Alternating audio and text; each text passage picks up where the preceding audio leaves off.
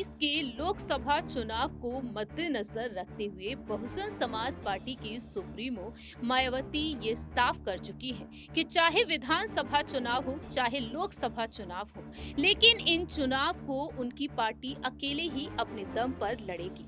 दूसरी ही तरफ 28 राजनीतिक दल एकजुट हुए हैं और 28 राजनीतिक दलों ने एकजुट होकर महागठबंधन किया है, जिसका नाम रखा गया है इंडिया।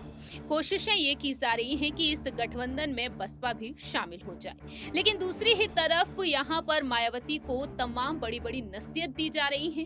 दावे किए जा रहे हैं कि गठबंधन में शामिल कुछ राजनीतिक दल चाहते हैं कि बसपा भी इस गठबंधन में शामिल हो जाए, जिससे कि केंद्र की मोदी सरकार को हराया जा सके, दलित वोट बैंक को साधा जा सके उत्तर प्रदेश की सियासत में। इसी दौरान देखा जाए तो समाजवादी पार्टी से हाल ही में एक बेहद बड़ी नसीहत दी गई है। जी हाँ, जानकारी के लिए आपको बता दें कि समाजवादी पार्टी के पूर्व एमएलसी सुनील सिंह साजन ने बसपा सुप्रीमो मायावती पर निशाना साधा है और अपनी बात कही है। उनका कहना है कि मायावती बीजेपी का एजेंट बनकर रह गई हैं। विपक्षी दलों का इंडिया गठबंधन बनने से गेंद मायावती के पाले में है। मायावती को तय करना है कि एनडीए या इंडिया गठबंधन के साथ है। सपा नेता ने आरोप ये भी लगा दिया कि मायावती की सोच कांशीराम से अलग हो गई है। सुनील सिंह साजन सपा कार्यालय पहुंचे और जहां पर वह पत्रकारों से मुखातिब हुए और उस दौरान उन्होंने डंकी की चोट पर अपनी बात रखी। इतना ही नहीं, उनका कहना तो साफ तौर पर रहा कि हम सिर्फ भाषण में दलितों को याद रखते हैं। राष्ट्रपति को राम मंदिर के भूमि पूजन में नहीं बुलाए जाने पर भी उन्होंने अपनी बात रखी। सुनील सिंह साजन ने बीजेपी से सवाल पूछे। बीजेपी का दलित चिंता की बात करना हास्यास्पद है और बीजेपी के लोग सामंती सोच वाले हैं। पिछड़े दलित आदिवासी बीजेपी के लिए बराबरी की जगह नहीं रखते।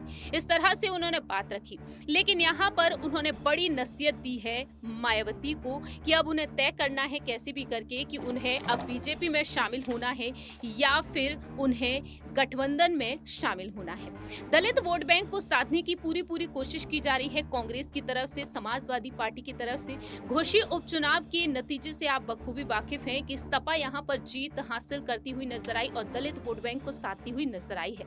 लेकिन कांशीराम जी की पुण्यतिथि के मौके पर कांग्रेस एक कार्यक्रम करने जा रही है। अक्टूबर से शुरू होगा ये कार्यक्रम और नवंबर तक चलेगा। ऐसे में दलित वोट बैंक को साधा जाएगा।